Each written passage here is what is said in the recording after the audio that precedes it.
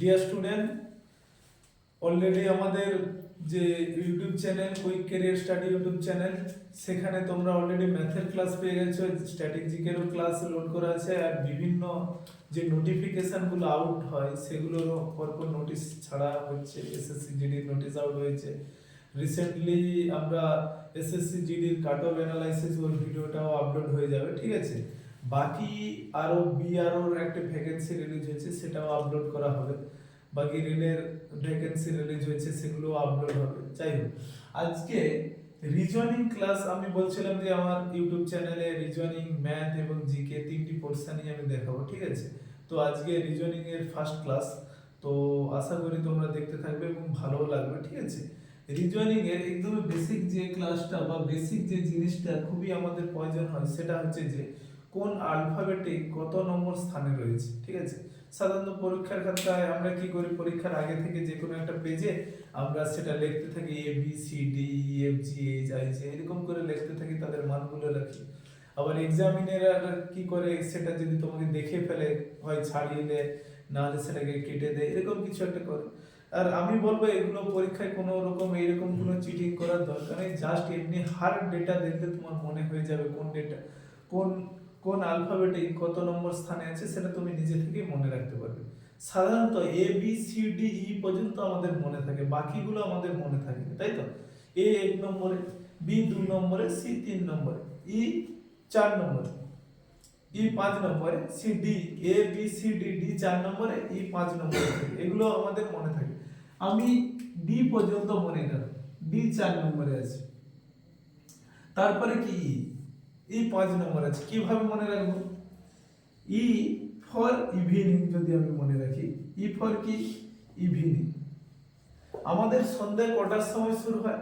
5টার সময় সন্ধ্যে হয়, তাহলে ই ফর কি ফাইভ, মনে থাকবে। ই এ বি সি ডি 4টা পর্যন্ত মনে থাকলো। ইটা আমার মনে থাকেনি, ই থেকে বাকি যে জেড পর্যন্ত মনে রাখানোর দায়িত্ব আমার। কি বললাম? পরীক্ষার ক্ষেত্রে এগুলো একটাও লিখবে না, এগুলো লিখেও টাইম নষ্ট। 1 নম্বর তুমি যদি আগে থেকে লেখো, এক্সামিনার যদি ধরতে পারে, সেক্ষেত্রেও তুমি পানিশেবল হতে পারো। তাই তুমি এ বি সি ডি পর্যন্ত সবাই জানে, এ 1 নম্বরে, বি 2 নম্বরে, সি 3 নম্বরে, ডি 4 নম্বরে। এবার ই থেকে বাকি জেড পর্যন্ত মনে রাখানোর দায়িত্ব আমার, শুধু বিশ্বাস রাখো আর পড়ে যাও তুমি, ঠিক আছে। চলো, ই ফর কি ইভিনিং। আমরা জানি ই ফর ইভিনিং, ইভিনিং কটার সময় শুরু হয়? সন্ধ্যে 5টা, সন্ধ্যে শুরু হয় কটা? 5টার সময়। ই ফর ইভিনিং, তাহলে ই এর মান কত? 5। এবার ই এফ, এফ থেকে আমি মনে রাখতে পারি fix, F I x, fix. আবার 6 এর মধ্যে দেখো এস আই এক্স, 6 মানে 6। তাহলে এফ কে কি মনে রাখতে পারি? Fix, fix 6, fix 6। এটা এইভাবে মনে রাখতে পারো। আর একটা তুমি এভাবেও মনে রাখতে পারো, দেখো ভি এফটাকে আমরা এইভাবে লিখি, যদি এটাকে জয়েন করে দেই, এটাকে এদিকে যদি ঘুরিয়ে দেই, তাহলে এটাও এক প্রকার 6 হচ্ছে, উল্টানো 6, ঠিক আছে। বা এফ থেকে মনে রাখতে পারো ফিক্স, ফিক্স 6, ফিক্স 6। তাহলে এফ ফর কি? ফিক্স। ই ফর কি? ইভিনিং, ইভিনিং কটার সময় শুরু হয়? 5টার সময়, তাহলে 5, ফিক্স 6, ফিক্স 6, ফিক্স 6, ফিক্স 6। তাহলে এফ এর মান কত? 6। ই এফ জি, দেখো জি কে আমরা এইভাবে লিখি, যদি আমরা নিচের দিকে একটু টেনে দেই, তাহলে এটা 7 হচ্ছে, জি 7। তাহলে এটা ভুলে যাওয়ার তো কিছু গল্প না। জি আমি জাস্ট এইভাবে লিখি, নিচের ডাঁটিটাকে যদি আমি একটু বড় করে দিই, তাহলে এটা 7 সহ হয়, দেখো 7, জি 7। তাহলে আমি আবার 3কে বলেছি, দেখো ই সন্ধ্যে কটার সময় শুরু হয়? 5টা। ই ফর ইভিনিং 5টার সময় শুরু হয়। এফ, এফ থেকে আমি একটা ওয়ার্ড মনে রাখি, fix, F I x, fix থেকে 6 বা উল্টোনো 6, যদি এই ডেটাটাকে দেখো। জি, জি যদি নিচের দিকে ডাটিটা টেনে দাও, তাহলে 7 হয়, জি 7। ই F G H, H K আমরা এইভাবে লিখি, যদি এটাকে অ্যাড করে দেই আর এখানে যদি অ্যাড করে দেই, এটা কত হচ্ছে? 8 হচ্ছে। তাহলে এইচ এর মান কত? 8। আবার দেখো এইচ এইভাবে লিখি আমি, এটা থাকে, এটা আমি জোড়ে দিলাম, এখানে জোড়ে 8 হলো। তাহলে কি এইচ 8। ই এফ জি এইচ হয়েছে, এইচ এর পরে আই, আই আই থেকে মনে রাখো আই নো।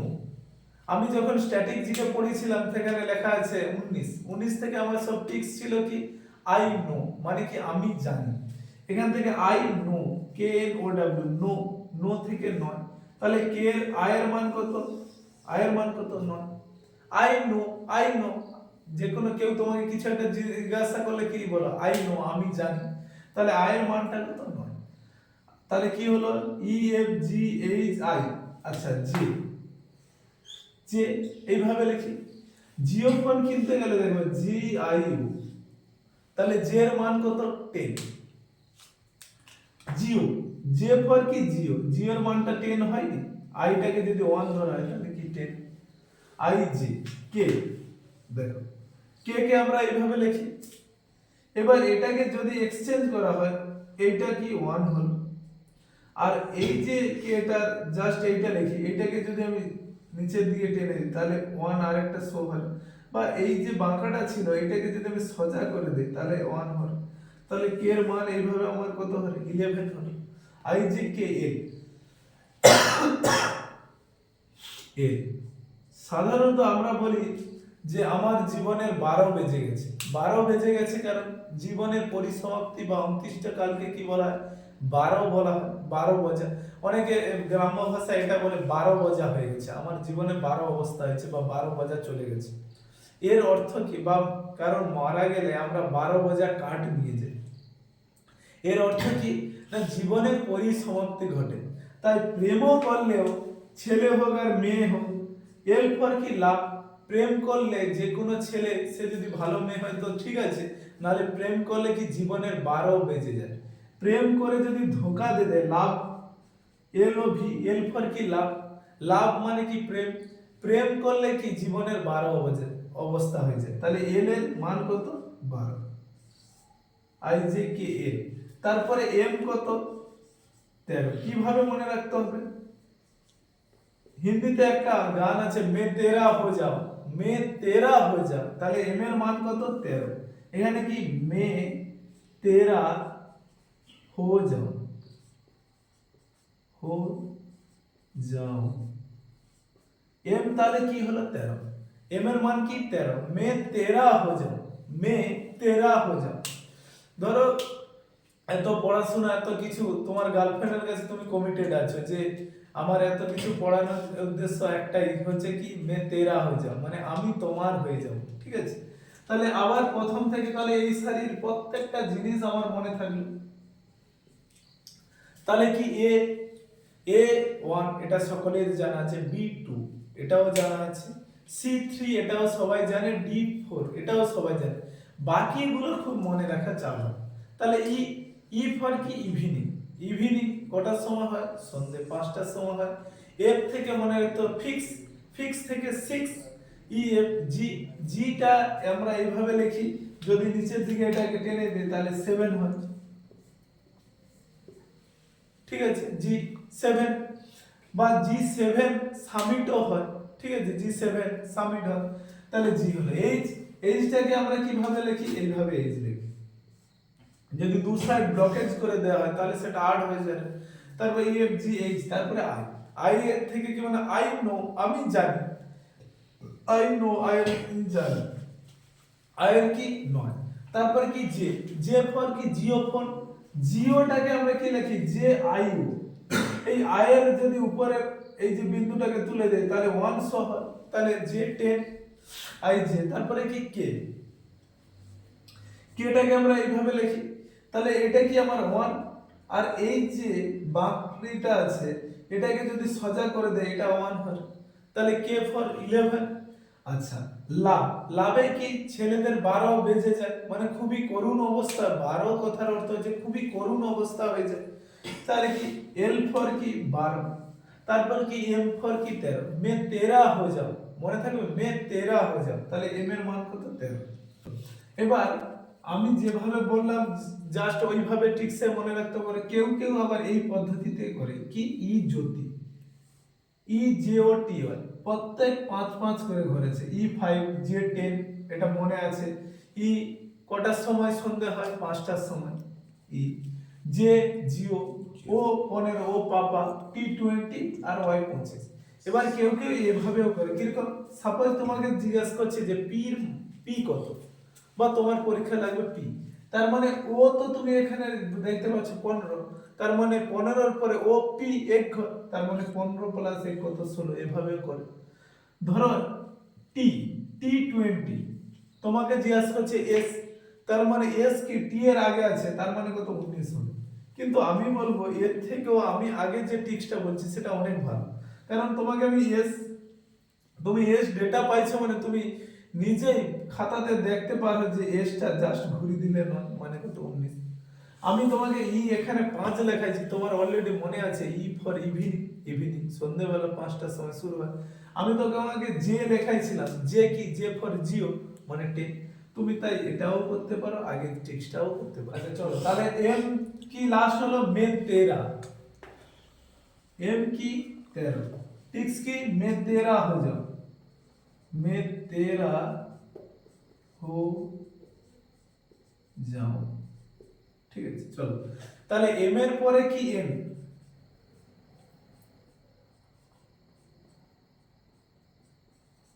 এন 14 মনে থাকবে, এম 13 তাহলে এন 14, এটা নতুন করে আর টিক্স বলার কিছু দরকার নেই। চলো তারপরে কি ও পি থেকে মনে রাখো ও পাপা ছোটবেলা তুমি এরকম তোমার বাবার হাত ধরে, বাবার হাতে হাত মিলিয়ে কি করতো, মেলাঘাটে কোথাও যেত, বা কি তোমাকে যদি তোমার মা মারতো তাহলে তুমি কি বাবার পিছন পিছন করে ছুটতে থাকতো আর বলতে ও পাপা আমাকে ছাড়িল গো মা মারেছে। তাহলে ও পাপা ও পাপা ও পাপা ও পাপা পাপা, তাহলে কি ওটা কি এন 14 হয়েছে, তারপরে কি ও 15, কার পিছনে পিছনে ছুটলো, পাপার পিছনে ছুটলো, তাহলে ও আমার কি হয়ে গেল 15, আর পি কত আমার 16। ও পাপা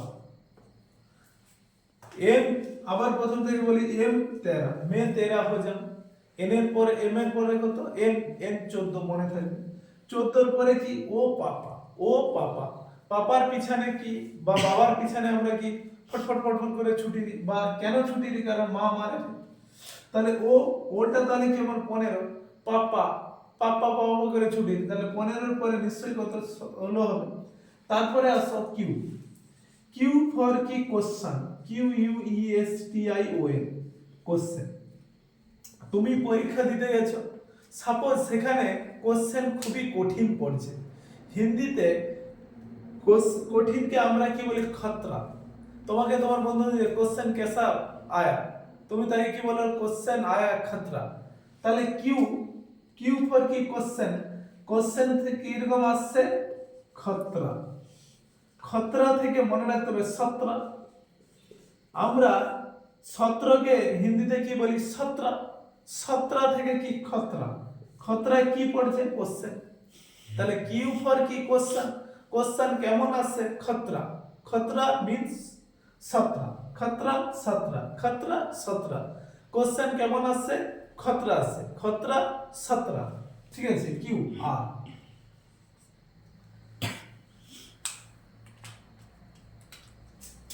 দেখো আরটাকে আমি একটু বড় করে লিখি, আর আর এর দেখো এধারে এই যে ডাঁটিটা আছে এটা 1 আমি মনে করলি, আর এই যে আর এর এই যে বাঁকড়িটা আছে এটা এইভাবে ছিল, এটাকে যদি আমি জুড়ে দেই তাহলে 8 হয়ে যাবে। তাহলে এই ডাঁটিটার জন্য 1 আর এই ধারে জুড়ে দিচ্ছি, সেটা কি হচ্ছে 8 হয়ে গেছে। তাহলে আর এর মানটা আমার কত 18। তারপরে কি এস, এস কত 19। কিভাবে মনে রাখবে দেখো, এসটা এইভাবে আমরা লিখি, যদি অ্যাড করে দিই তাহলে 9 হয়ে যাবে। তার মানে কি আর যদি 18 হয় পরেরটা কত 19 হবে, 19 এর 9 আমি অলরেডি পেয়ে গেছি। দেখো এই এসটাকে এইভাবে ঘুরিয়ে লিখতাম, এখানে অ্যাড করে দাও তাহলে 9, আগের দিকে 1 লাগা 19, তাহলে এস 19। তারপরে হচ্ছে টি, টি থেকে মনে রাখতে হবে T20, T20 আমাদের ক্রিকেট গেম হয় T20 এসটি। তারপরে কি ইউ, ইউ থেকে মনে রাখো ইউথ, YOUTH, ইউথ মানে যুবক।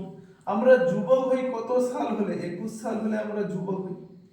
আমরা যুবক হই বা বিয়ে করার এজ আমাদের কত 21 সাল, তবেই তো আমরা একটা পরিপক্ক যুবক।